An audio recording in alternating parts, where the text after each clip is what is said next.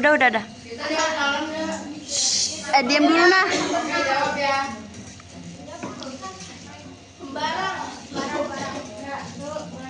Assalamualaikum warahmatullahi wabarakatuh. Waalaikumsalam warahmatullahi wabarakatuh. Jadi di sini kami akan mempresentasikan bagaimana manusia itu bertuhan. Perkenalkan, nama saya Aurel Maulana sebagai moderator. Saya Nini Putri. Saya Rizya Safira. Saya Ulia Zahra Arisa. Jadi di sini akal pertama berpikir tentang Allah dan sebagai hasilnya terpancarlah akal kedua. Proses ini berjalan terus-menerus sehingga terciptalah akal ketiga, akal keempat, hingga akal ke-10. Akal ke-10 ini adalah akal terakhir dan terendah di tingkat-tingkatan wujud di alam material.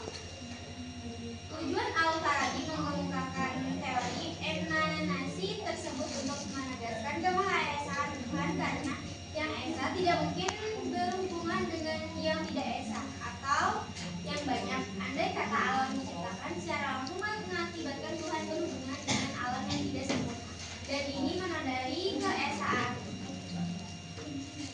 Selanjutnya, kemudian bagaimana Tuhan direpresentasikan dalam perspektif filosofis. Argumen ketiga tentang Tuhan adalah argumen teleologis atau dalil inayah. Argumen ini didasari oleh pengamatan atas keteraturan dan keterpaduan alam semesta.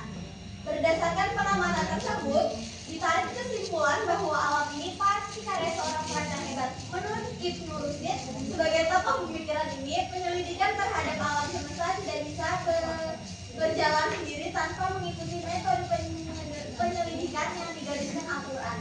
Ibnu Rushd memperkuat tesisnya di atas dengan mengutip beberapa ayat Al-Quran. Menurutnya, ayat Al-Quran yang berbicara tentang keberadaan Allah ada 3 macam. Yang pertama, ayat yang mengandung bukti dan rahmat Tuhan. Kedua, ayat yang mengandung bukti penciptaan yang menakjubkan. Dan yang ketiga, ayat yang mengandung keduanya. Kemudian ada konsep tentang Tuhan dalam perspektif teologis. Dalam perspektif teologis, pemahaman tentang Tuhan dan keberagaman berasal dari wahyunya. Kesadaran akan Tuhan dan cara beragama hanya diterima jika diajarkan oleh Tuhan. Ia memperkenalkan diri dan konsep baik buruk melalui berbagai pernyataan, baik umum seperti tutur alam maupun khusus seperti firman dalam kitab suci penampakan kepada para nabi. Pernyataan Tuhan menjadi dasar keimanan umat dalam agama Yahudi. Tuhan memanggil Nabi Nuh dan Abraham untuk membentuk bangsa yang beriman. Dalam Islam, wahyu diturunkan kepada Nabi Muhammad untuk mengajarkan monoteisme dan membimbing umat dalam beribadah kepada Tuhan yang Maha Esa. Inisiatif dari Tuhan yang sangat penting agar manusia dapat beriman dan beragama. Baik, selanjutnya ada membangun argumen tentang cara manusia dan mengimani Tuhan. Satu, dapat disimpulkan bahwa pengetahuan tentang Tuhan baik buruk dan cara beragama dalam perspektif teologis tidak terjadi atas prakarsa manusia, tetapi terjadi atas dasar wahyu dari atas. Tanpa inisiatif Tuhan melalui wahyunya, manusia tidak mampu menjadi makhluk yang bertuhan dan beribadah kepadanya. Selanjutnya ada mengingatkan Tuhan adalah zat yang maha transenden dan goib. Maka manusia tidak mungkin sepenuhnya dapat mengekspresi hakikatnya. Manusia hanya mampu merespon dan mempreksi tajalliyat Tuhan.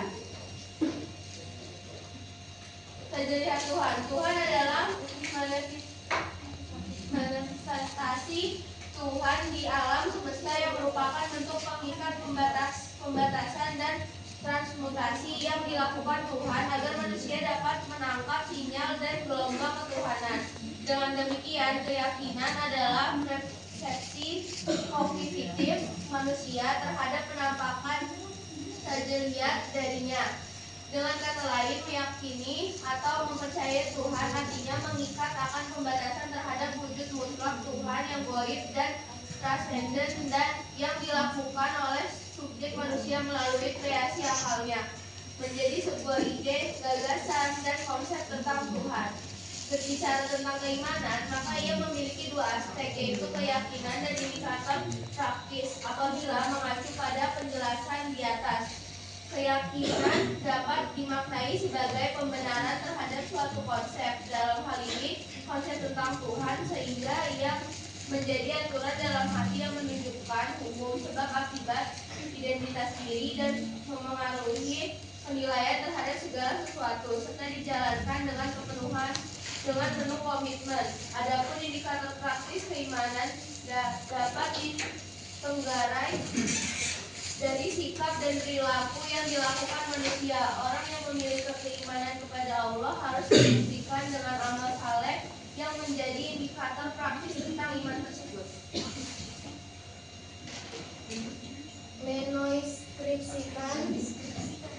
Mendeskripsikan esensi dan urgensi visi ilahi untuk membangun dunia yang damai.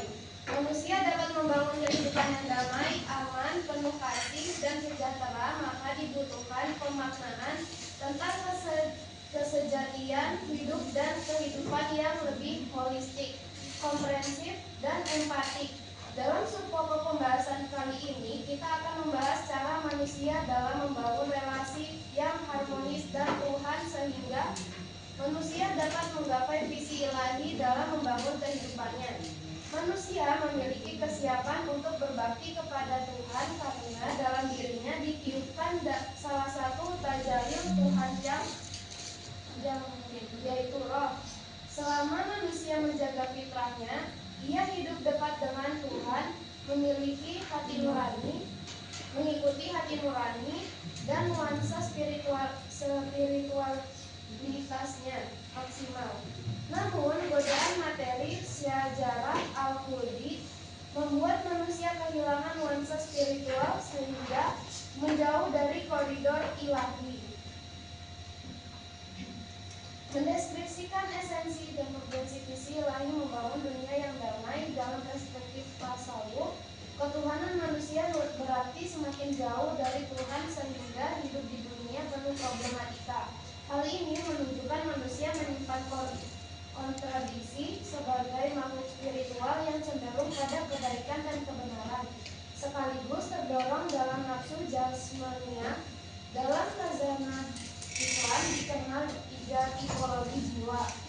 1. An-nafs al-amarah bisu jiwa, dalam kurung jiwa yang suka berbuat keburukan, 2. An-nafs al-lawamah, dalam kurung jiwa yang suka mencela diri, 3. An-nafs al-mutmainah, jiwa yang tenang. Dalam perspektif Sten, dalam kebaikan manusia harus membangun relasi harmonis dengan Tuhan, tidak hanya mengejar kepentingan duniawi. Spiritualitas diperlukan agar manusia merasakan kehadiran Tuhan dalam setiap gerak dan sikapnya. Kesimpulannya, pada akhirnya kesimpulan dari filosofis dan teologis pandang ini manusia adalah makhluk yang bertuhan, baik karena akal sehat, ilmu kita adanya keberadaan yang lebih tinggi, maupun karena hati dan jiwa manusia merindukan relasi dengan Sang Pencipta. Sekian dari presentasi kelompok kami. Apabila salah kata, mohon dimaafkan. Wassalamualaikum warahmatullahi wabarakatuh. Waalaikumsalam.